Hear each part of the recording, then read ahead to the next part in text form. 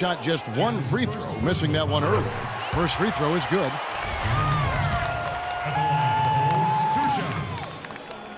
He's perfect from the line this time. Boy, that was solid. I'll tell you, he's one of the best there is up there at the foul line. No one near James, and what a play! Simply drains it in at the buzzer. Boy, ends the quarter with a dead-eye three as the buzzer sounds. They had that set up, I think, Steve, and he timed it perfectly.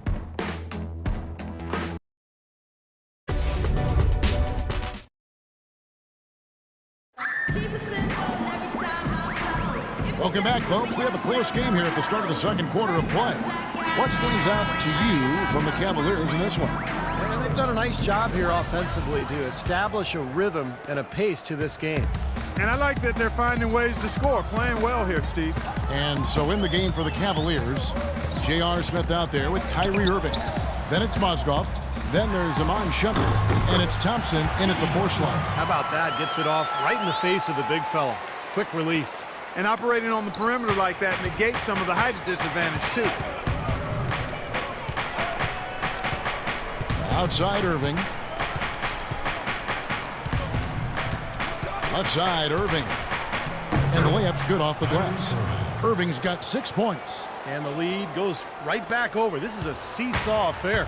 The game's there for the taking, but neither team seems to want it.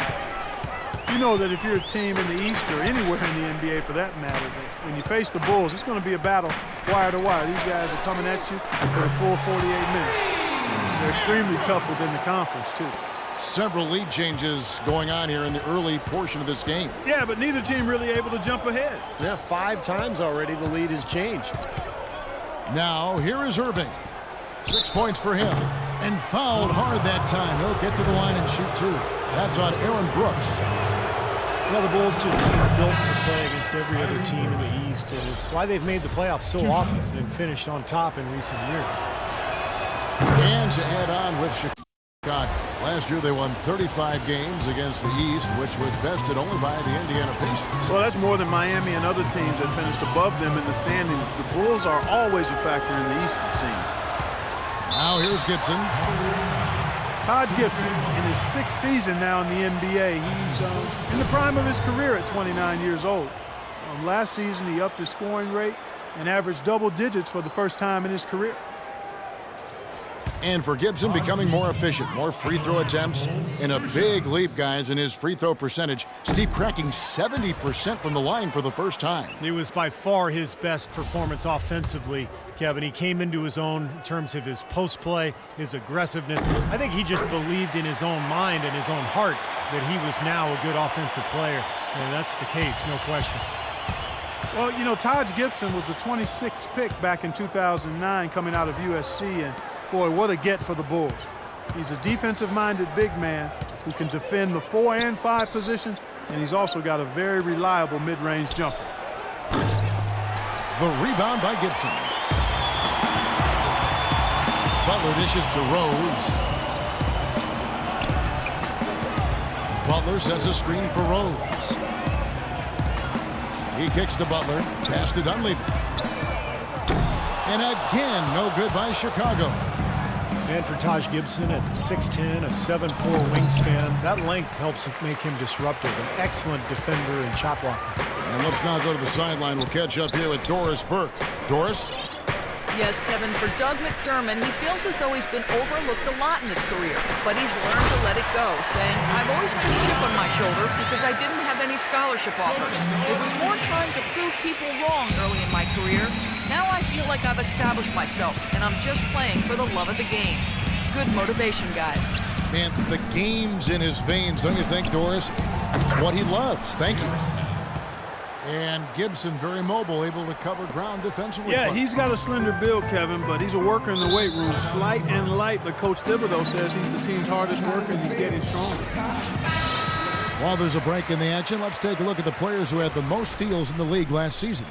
You look at Butler. Opposing teams always need to know where he is on the court. 2 words for you about this guy. Fast hands. He was able to come away with the ball a lot last season. He found a way always. Into Noah. Stolen by Thompson. And now Irving pushing it up. No one back to stop him. Rips down the breakaway slam. That's how you make an impact with defense. Once the steal is made, you know they're going to be scattered. The floor is open. Take care of business. Yeah, that's right. So you push it. That's the best opportunity for points on the break. This lead, I think, is headed north. Thompson, a screen on Rose. Irving kicks to Thompson. Irving against Rose. And out of bounds as the Bulls gain possession. Well, we've got a moment to look back at last year's Bulls.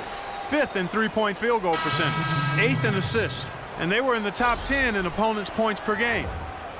And how about the spacing that we saw from this team last year, Clark? You mentioned the three-point shooting in the top 5 in terms of field goal percentage from long range, and I think it was a direct result of great unselfish play, and it helps when you can employ that inside-out game. Attack a team in the paint and then kick it out for that three-point shot. And almost 4 minutes gone here in the second quarter of play. James kicks to Dellavedova. Yes, and it's LeBron picking up the assist. Dellavedova's got himself going there. His first points of the game on the deep ball. Bulls trail by 4. Rose goes in. Banked in off the glass. Took advantage of some shoddy defense there. They've got to at least get a finger on it. Cleveland's gone 2 of 3 when they've stepped beyond the arc in the second quarter. Thompson, a screen on Rose. Dellavedova, the pass to Thompson. James outside. Love with the screen for LeBron. Shot clock at 6. Love kicks to Dellavedova. That's a 2 from Smith. And again, it's Cleveland. In the first, he had trouble hitting with any consistency. But here in the second, he's turned it around. Chicago's gone 1 of 2 on three-pointers here in the second quarter so far. And it's Rose penetrating. Gasol setting the pick for Rose. 13 feet away. And the Bulls tack on 2 more. Boy, he's really doing a nice job taking advantage of what the defense is giving. Here's Dellavedova. He's covered by Rose. Thompson sets the pick for LeBron. Here's Dellavedova. Another 3 for Cleveland. Very well executed pick to give him all kinds of space to get that one off. Here comes Rose. He has 6. 11 feet away. That doesn't go either for Rose. It could go. No good. And we're through 2 here and a good one. Cavaliers lead by 5. Hey, Kevin, with Derrick Rose. Derrick, how does it feel to get back out there on the basketball floor here for the new season ahead? It feels good, man, especially playing with my teammates. We have new teammates. We're just trying to come out here and just play hard and compete. Great to have you back, Derrick.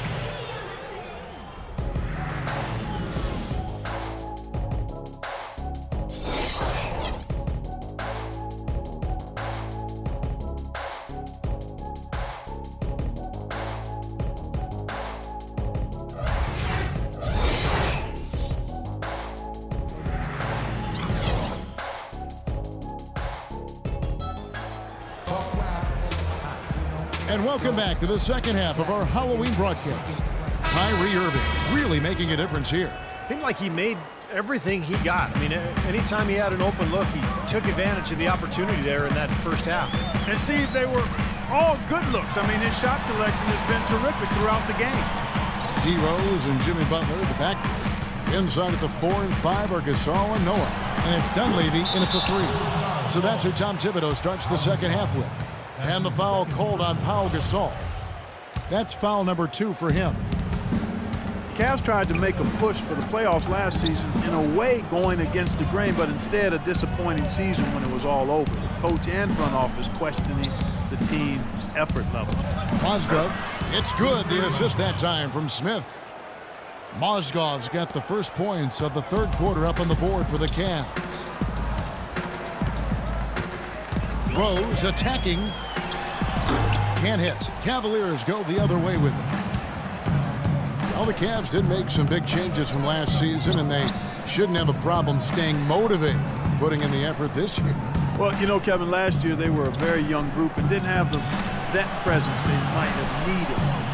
With LeBron coming in, they've got brilliance in every category, leadership and play. He's got the cloud of his championship rings. The whole mindset of the team is about to go to a very different and high level. Kicks to Gasol. Rose attacking. The shot by Butler, nobody around. A three-pointer off the mark. And offensively, they have yet to hit a shot. Slow start here to the second half. And let's catch up with our sideline reporter, Doris Burke. Doris, over to you. Well, gentlemen, we all know the NBA has been adapting elements of the European game to its own game. It's a style that Cavs coach David Blatt is more than familiar with from his time abroad. Asked if he'd play LeBron at the stretch four, he said, quote, "You'll see LeBron there. You'll see LeBron all over the floor just like he's used to playing. I don't have to change him." Guys, when you've got the best player in the world, it's certainly easier. All right, thank you, Doris. And LeBron accustomed to playing the four. Arguably now his best position. Here's what Chicago's going with right now. Gibson comes in for Joakim Noah. And Mirotic subbed in for Mike Dunleavy. Shumpert is checked in for Cleveland. Very effective screen to set up the jumper. That was the key to that play. Derrick Rose, born and raised on the south side of Chicago, now playing for his hometown Bulls. He even became a partner and endorser for Chicago's top deep dish pizza chain. He does represent this town. They set the screen. And play stops. Whistle on what looks to be an illegal screen. Now, tough call there on that illegal screen. He didn't look set to me, Steve. I thought that was a good call. So for the Bulls, Tony Snell comes in for Butler. And it's Brooks in for Rose. James kicks to Shumpert. Passes it to Irving. Love with the screen on Brooks. Nobody near Irving. And Cleveland again with the bucket. Well, there you go. If you're going to continue to give up open jump shots, you're not going to get back into this game. Brooks outside. Unloads from 13. Here's Gibson. And he was fouled on the way up. 2 free throws now for him. While we have a chance, let's now take a look at the teams that top the league in shooting from beyond the arc. Number 5, the Bulls. You know, a solid three-point game can be the cornerstone of an effective offense. I mean, it adds a little pop and punch to what a team is doing offensively. And last year, this team was not made up of just good three-point shooters. They had great three-point shooters. Tristan Thompson, he's checked in for Cleveland. Matthew Dellavedova comes in for Irving. Love with the screen on Brooks. 1:39 left to play in the third. And it's Dellavedova missing.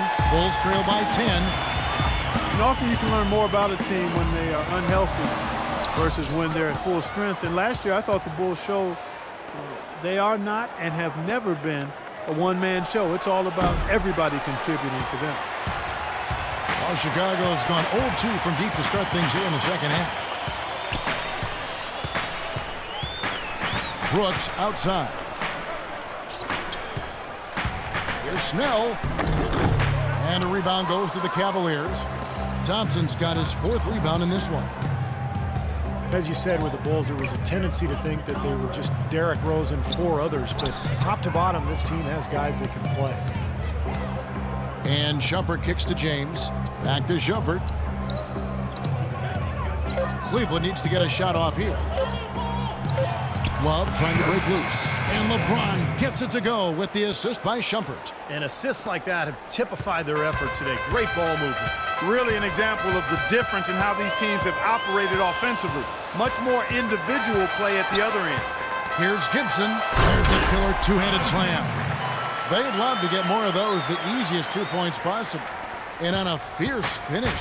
Yeah, and that's exactly how they're going to cut into the lead, Kevin. Yeah, that's why they've got to tighten up their D. And I'd be surprised if the defense allows any more free runs to the hoop like that. Gibson with the steal. Fast break. Here comes Chicago. And finished off by Mirotic. Now that's a momentum shifter there. A steal leading straight to a quick bucket. Yeah, great way to capitalize on the turnover.